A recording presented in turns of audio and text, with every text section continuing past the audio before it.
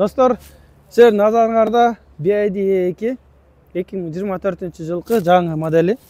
Өзіңер білгендей эле, бұл Кыргызстанда Бишкекте азыркы учурда таксиде аябай популярдуу болгон унаа. Ошону силерге көрсөтөлү деп чечтик. Өзүңөр билгендей, бұл 70 киловатт. Бир 95 эшектин күчү деп койсок болот. Анан 400 километрге чакырымга жетет. Турган унаа. Өзүңөр көргөндөй эле, бул чакан фиттен кичине чоңураак. Бул жерде поворотниктердин караа көргөндөй мындай линия менен кетет. Ички салондору, дөңгөлөктөрү, дөңгөлөгү 16 размер экен бул. Эми Бишкекте өзүңөр деле көрүп атасыздар, эми ички салонуну бир көрсөтүп кетели. Бул эң бюджетный модели болгондугу үчүн бул жерде өзүңөр көргөндөй эле экраны 10 дюйм болот, 10 дюйм. Жана бул жактардын баардыгы простой да.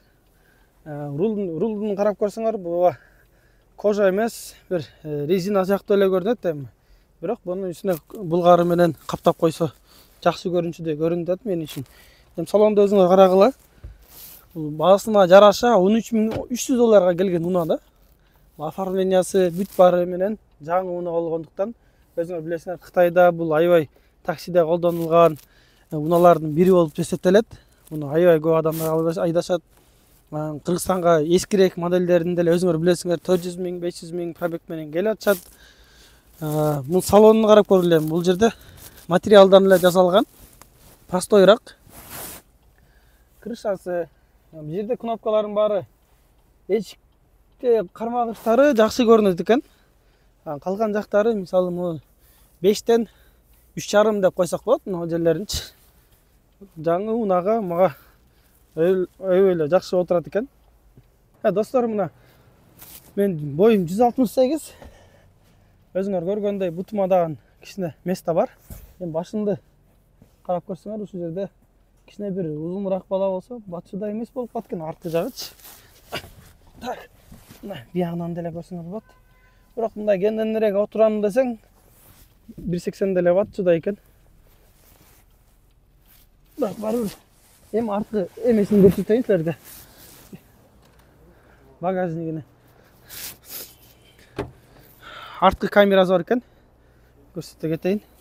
Мындан бул жерде размери бир чоң сумка батчыдай. Калганын кичине проблема болуп калышы мүмкүн. Дөңгөлөгүн айта кетейин, 16 размер экен. 16 размер Бишкекте эми липучкасын деле, шипысы менен деле тапканга оңой эле. Бул жерде зарядный разъем. Үйдөн, жеке үйдө зарядка кылганга. Жана бул жерде быстрый станцияда. Унаанын ээси такси кылат.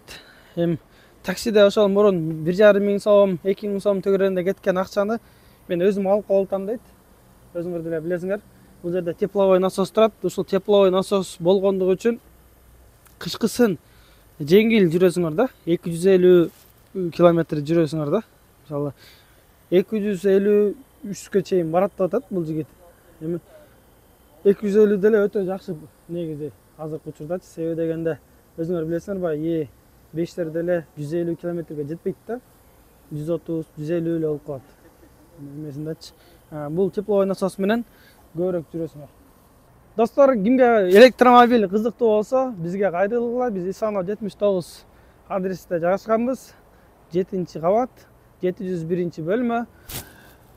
Ушундай унаалардын бардык түрүн алып келип беребиз. Кандай унаага кызыктар болсоңор, биздин номерге жазгыла.